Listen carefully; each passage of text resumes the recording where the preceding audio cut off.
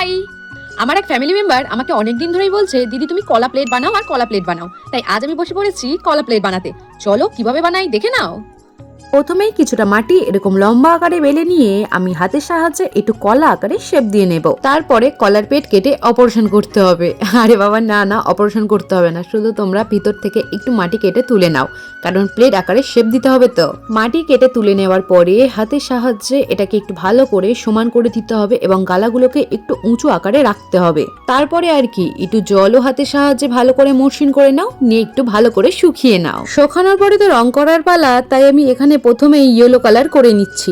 হ্যাঁ, এর আগে তোমরা কিন্তু অবশ্যই হোয়াইটের কোড দিতে পারো, তবে আমি দিইনি, কারণ ইয়েলো তো ডিপ কালার, তাই আর হোয়াইটের কোড আমি দিইনি, তবে তোমরা চাইলে দিতেই পারো। তারপরে গায়েতে একটু হালকা সবুজের ছোঁয়া রাখলাম এবং মাথার দিকটা আমি ব্রাউন কালার করে দিলাম।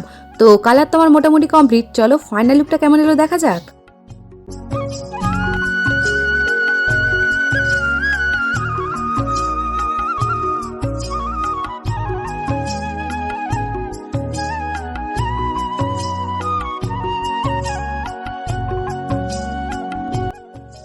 জানি প্লেটটা একটু ছোট হয়ে গেছে, তবে ছোলা মটর বাদাম এগুলো তোমরা খেতেই পারো।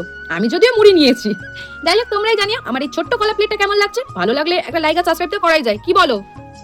আজ তাহলে আসলাম, দেখা হবে নতুন কোনো ভিডিওর সাথে। বাই।